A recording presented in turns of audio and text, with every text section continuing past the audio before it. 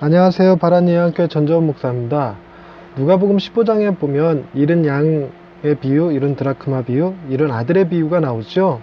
사람들은 이 잃은 양의 비유를 많이 알고 있습니다. 예수님께서 양 한 마리를 이렇게 안고 있는 그림이라든가 낭떠러지 밑에서 이렇게 양 한 마리를 향해서 손을 내밀고 있는 이미지 때문에 이제 많이들 알고 계시고, 또 탕자 이야기는 워낙 이야기 자체가 동화 같은 분위기가 있어서 그 이야기들을 많이 좋아하지요. 저 역시 탕자 이야기나 잃은 양의 이야기를 참 좋아합니다.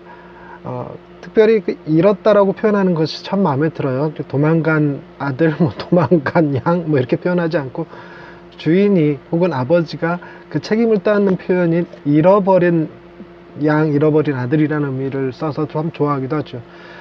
저는 이 드라크마 이야기도 참 좋아합니다. 이 드라크마 이야기의 배경을 좀 이해하실 필요가 있는데, 10개의 드라크마라는 것은 단순히 10개의 동전을 얘기하는 것이 아니라 그게 하나로 엮여져서 그 결혼하려고 하는 사람에게서 받은 증표잖아요. 언약의 증표, 약혼의 증표, 이렇게 되는데 그 중 하나의 동전을 잃어버렸기 때문에 그저 흔한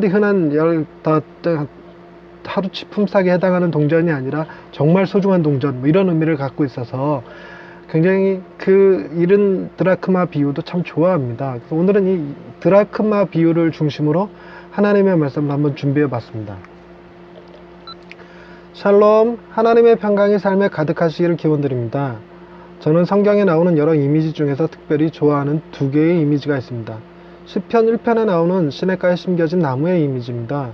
나무의 뿌리가 시냇가에 닿아서 사시사철 푸른 잎사귀를 맺는 나무이지요. 시냇가는 그 자체로도 이쁜 그림이지만 그 시냇가의 푸른 잎사귀가 풍성한 나무가 같이 있다면 더 아름다운 이미지를 만들어낼 것입니다. 만약 나무가 없다면 조금은 황량한 그림이 되겠지요. 또 하나의 이미지는 포도나무의 이미지입니다. 포도나무는 주님이시고 우리는 그 가지라고 할 때 그 이미지 말이죠. 포도나무는 열매 없이는 특별한 가치가 없는 나무입니다. 관상용으로도 부족하고 건축자재나 가구를 만들기에도 별 소용이 없는 나무이지요. 포도나무는 포도 열매를 맺어야 그 가치가 인정받고 사랑받게 마련입니다. 우리는 주님이 말씀하신 그 열매 맺는 가지라는 거잖아요. 그래서 우리가 있어야 포도나무가 가치가 있는 것이라고 표현해 준 것이라서 참으로 좋아합니다. 누가복음 15장에는 잃어버린 양과 드라크마 그리고 탕자의 이야기가 담겨 있습니다. 그 중에서 저는 잃은 드라크마의 이야기가 시냇가에 심겨진 나무의 이미지나 포도나무의 이미지처럼 비슷한 이미지를 갖게 해줍니다. 한 여인이 가지고 있던 10드라크마는 열흘 동안 일한 품삯의 의미를 넘어섭니다. 10드라크마는 사랑하는 사람으로부터 받은 정혼의 증표이자 사랑의 상징입니다. 그러기에 세상에 널린 동전 중 10개가 아니라 아주 특별한 의미를 지닌 세상에 하나뿐인 동전이 되는 것이죠. 그런데 10개 중 일부는 귀하고 일부는 안 귀하다는 것이 아니라 그 10개가 다 소중하다는 것이 참으로 좋습니다. 10개의 동전 중 하나만 잃어버려도 나머지 9은 그 의미가 상실됩니다. 즉 그 동전들은 10개가 함께 있어야 의미를 가질 수 있습니다. 그 동전은 사랑하는 님의 분신과도 같지요. 그러기에 잃어버린 동전을 찾기 위해 온 집을 다 쓸고 찾아내기까지 다른 아무것도 못하게 됩니다. 결국 동전을 찾은 여인은 동네 사람들을 불러다가 함께 그 기쁨을 나누지요. 주님은 그 동전을 찾은 것을 죄인 한 사람이 회개한 것에 비유하셨습니다. 우리가 주님에게 회개하고 돌아오는 것은 바로 주님이 그 여인의 심정으로 우리를 찾으셨기 때문이죠. 세상에 많고 많은 사람들 중에 바로 나를 찾기 위해 이 땅에 내려와 십자가에 오르셨던 것입니다. 나라는 존재는 세상에 있을 때는 그저 흔한 죄인 중 한 사람이지만 주님이 찾으셨을 때에는 하나님의 사랑을 나타내는 상징이 되잖아요. 만약 나 하나쯤 없어도 그만이지 싶지만 주님에게는 너 없이 이 모두는 아무 의미가 없다 라고 하실 만큼 사랑해 주셨습니다. 세상 사람 모두가 나를 향해 너는 하루치 품삯이야 할 때 주님은 너는 내게 가장 소중한 사람이야 라고 하신 것입니다. 세상을 향해 향락을 쫓아 주님 품을 떠났을 때에도 주님은 그 죄를 우리에게 묻지 않으시고 당신이 잃어버렸다고 하셨습니다. 우리가 돌아와야 하는 것이 아니라 주님이 우리를 찾으셔야 하는 것으로 말씀해 주셨죠. 우리가 스스로는 정죄하지만 주님은 그 정죄를 가져다가 자신의 책임으로 만드셨습니다. 그리고 그 십자가 위에서 모든 죄를 해결해 놓으셨죠. 다시 찾은 동전을 책망하면서 감옥에 가두고 채찍으로 때린다는 것은 상상조차 되지 않으시지요. 여인은 동전을 찾기가 무섭게 깨끗이 닦고 광이 나도록 기름을 바를 것입니다. 그리고는 가장 존귀한 대우를 받는 10개의 드라크마 목걸이가 되게 할 것이지요. 주님은 다시 찾은 우리를 정결하게 하시며 주님의 지체가 되게 하시고 하나님의 사랑이 되게 해주셨습니다. 우리를 위한 잔치가 벌어지며 많은 사람들에게 자랑하실 만한 사람이 되게 해주셨지요. 비록 우리는 주님의 이름을 더럽히며 주님을 떠나 원수처럼 살았다 하더라도 주님 품에 돌아가기만 한다면 우리는 주님의 가장 큰 기쁨이 될 수 있습니다. 그렇게 주님은 우리를 특별히 사랑하십니다. 할렐루야. 우리를 가장 특별하게 사랑해 주시는 하나님 아버지, 우리의 존재가 주님 안에 있을 때 가장 빛날 수 있게 하시니 감사합니다.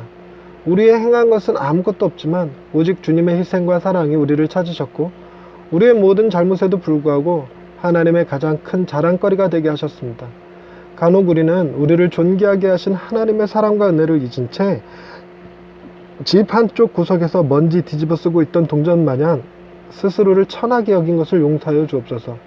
이제는 주님 안에서 새로운 의로 덧입혀지고 시냇가에 심겨진 나무가 되어 다시 풍성함을 이루게 하셨으며 탐스러운 열매를 맺어 사랑받게 하신 것을 기억하고 스스로를 존귀히 여기며 살게 하옵소서. 우리를 생명의 가치로 받아주시는 하나님을 찬양하오며 예수님의 이름으로 기도드립니다. 아멘.